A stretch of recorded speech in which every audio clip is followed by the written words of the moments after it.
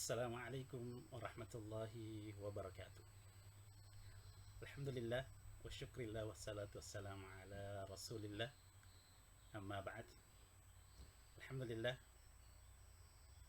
kita bersyukur kepada Allah Subhanahu wa taala karena hari ini Allah Subhanahu wa taala memberikan nikmatnya yang sangat banyak kepada kita sehingga kita dapat melanjutkan materi kita pada kesempatan yang baik ini tentang hukum syariat Islam yang berkenaan dengan bughat dan hikmahnya.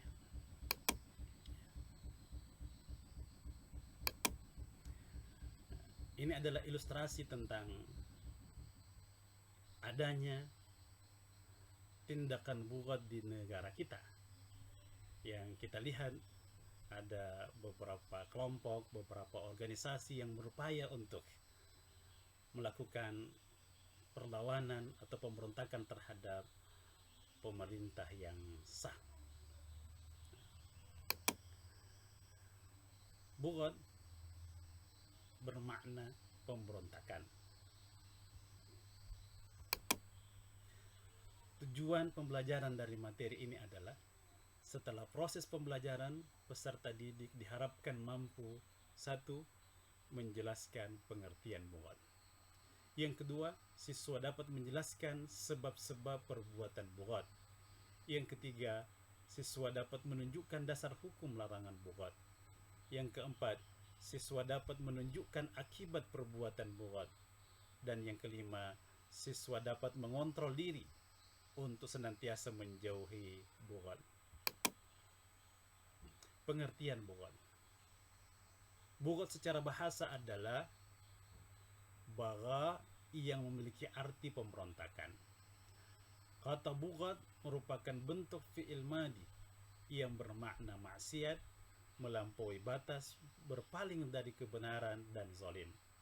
Sedangkan menurut istilah, kelompok orang muslim yang melakukan pemberontakan terhadap imam atau pemerintah yang sah dengan cara memisahkan diri, tidak mentaati pemerintah, imam, atau menolak kewajiban yang dibebankan kepada mereka. Syarat bughat. Mereka memiliki kekuatan baik berupa pengikut maupun senjata. Yang kedua, mereka memiliki takwil, alasan atas tindakan mereka keluar dari kepemimpinan imam atau tindakan mereka menolak melaksanakan kewajiban. Yang ketiga, memiliki pengikut yang setuju dengan mereka. Ketika syarat tersebut ada pada kelompok atau organisasi atau seseorang, maka kelompok, organisasi tersebut atau orang tersebut bisa disebut sebagai bughat.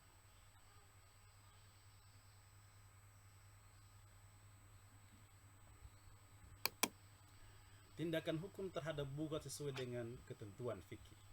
1. Mengirim utusan kepada mereka agar diketahui sebab-sebab pemberontakan yang mereka lakukan. Agar sebab-sebab itu apabila sebab-sebab itu karena ketidaktahuan mereka atau keraguan mereka, maka mereka harus diyakinkan hingga ketidaktahuan atau keraguan itu hilang. Yang kedua, apabila tindakan pertama tidak berhasil, maka tindakan selanjutnya adalah menasihati dan mengajak mereka agar mau mentaati imam yang sah. Yang ketiga, jika usaha kedua tidak berhasil, maka usaha selanjutnya adalah memberikan ultimatum atau ancaman bahwa mereka akan diperangi. Dan yang keempat, yang terakhir adalah jika mereka tetap tidak mau taat, maka tindakan terakhir adalah diperangi sampai mereka sadar dan taat kembali. Selanjutnya adalah tentang hukuman bagi pelaku bughat. Yang pertama adalah kalau ada yang luka, jangan ada yang menambah lukanya, seperti memukul dan sebagainya. Yang kedua, mereka yang lari tidak perlu dicari, kecuali bila ia mengganggu keamanan dan tidak boleh dibunuh. Yang ketiga, harta bendanya tidak boleh dijadikan sebagai rampasan. Kemudian hukum memerangi bughad dan batasannya. Bughad wajib diperangi dengan syarat: satu, jika dia menyerang wanita. Yang kedua, mengambil bagian dari baitul mal kaum muslimin secara tidak sah, secara tidak benar. Yang kedua, tidak mau menyerahkan hak yang telah diwajibkan atas mereka.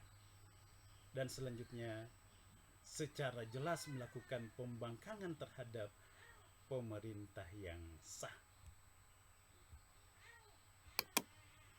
Kemudian status pelaku bughad. Pelaku bughad yang bertaubat, maka ia tidak boleh dibunuh. Yang kedua, pelaku bughad tidak dihukumi kafir. Namun hukuman pelaku bughad secara jelas telah kita sebutkan tadi bahwa dia diperangi.